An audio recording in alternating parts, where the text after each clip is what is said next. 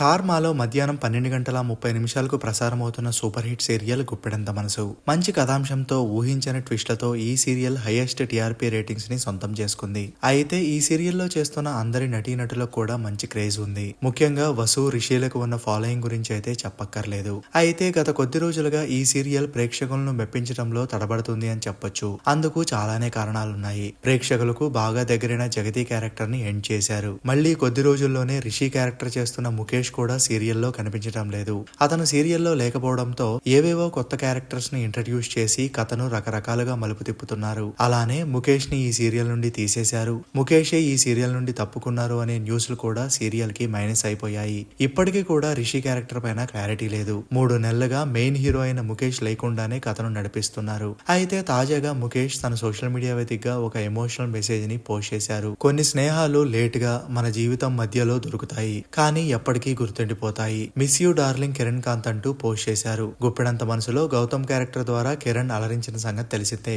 కొద్ది రోజుల్లోనే వీరు క్లోజ్ ఫ్రెండ్స్ అయిపోయారు. ఈ పోస్ట్ చూసిన సీరియల్ అభిమానులు మాత్రం రిషి సార్ మళ్ళీ ఎప్పుడు సీరియల్లోకి వస్తారు అంటూ కామెంట్స్ పెడుతున్నారు.